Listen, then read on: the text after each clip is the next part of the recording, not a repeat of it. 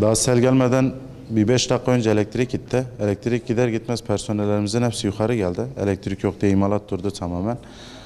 Ondan sonra biz yukarı çıktık. Cam mekanlar falan patladı. Tezgahlar falan içeri girdi. Ondan sonra yani bir şekil kurtulmamız lazım dedik. Dama fırladık. Dama çıktık. Tekrar aşağı indiğimizde duvarın patlama seslerini gördük. Şurası tavana kadar su içerisindeydi. Burası imalathane. Ondan sonra indik baktık. Bir şey yoktu imalathanede. 2 tane hamur makinesi tek kalmış. Hamur tezgahımız şurada zaten. Unlarımız falan hepsi, mamullerimizin hepsi gitti. Bütün susam, şeker, un hepsi çöp oldu. Bu arka tarafta da bir duvar yıkıldı. Şimdi gelen vidanjörlerin hepsi Allah razı olsun. Diğer illerden de geldiler yardıma. Buranın suyunu çektiler. Bizim zemin tamamlandı. Diğer zeminle bizimkisinin arasında 1 metre yükseklik var. Evet. Şimdi orada da malzemelerimiz var. Gelen vidanjör diyor ki hortumum yetişmiyor. Hortum yetişmediği zaman ek hortum atsam basınçtan düşüyor. Basınçtan düştü. Bu suyu ne yapacağız? Yapacak bir şey yok. Gelen vidanjörlerin, personellerin hepsi. Hem Urfa'nın hem dışarıda bir Batman aracı vardı. O güzeldi. Geldi adam kendisi suyun içine. Geri kalan hepsi biz kendi imkanımızdan çizmelerimizi giyip vidanjörün hortumunun önünü temizliyorduk. Sağ olsun Vali Bey geldi o zaman iş yerine. Geldi o da alt kat sayılmıyor. Üst katta bir geçmiş olsun dileklerini iletti. Ondan sonra işte yani merak etmeyin dedi. Vidanjörler falan hep sizin tahsisinizde çalışacaklar. Gece saat 1 oldu. Mazotun bitti diye vidanjör de gitti. Kalmadı burada. Dün İstanbul'dan gelen bir ekip vardı. Adam tek başına gelmiş. Suyu diyoruz, hortum çekmiyor. Buradaki suyu nasıl çekeceğiz? Bilmiyorum abi. Biz de böyle bir mağduriyet yaşıyoruz.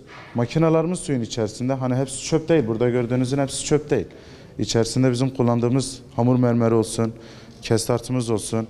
Onlar içerisinde ekmek sepetlerimizin olsun. 4 tanesi kayıp. Yani kayıp dediğimiz suyun içerisinde. Bunları bir şekil çıkartmamız lazım. Şu anda yani esnaf olarak çok ciddi bir zararımız var.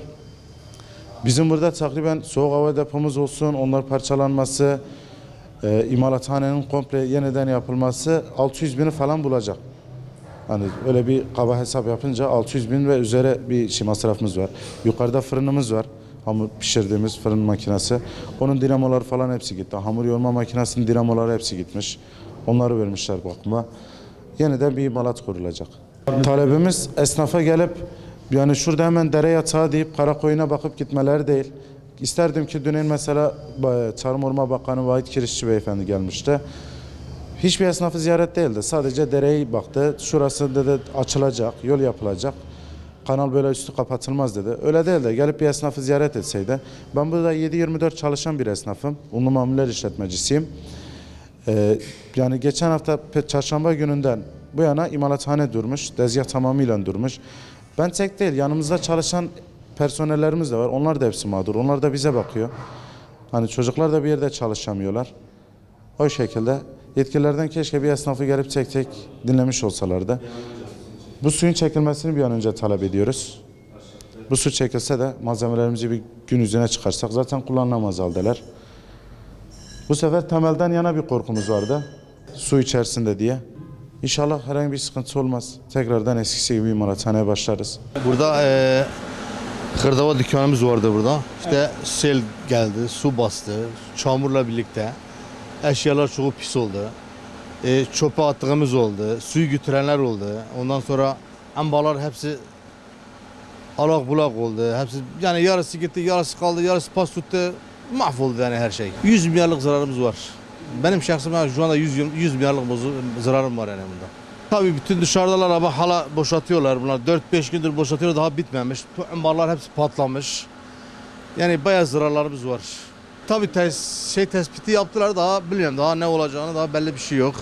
İnşallah devlet bize bir el atar yani. Yani mağduruz burada. Ona göre yani görüyorsunuz zaten.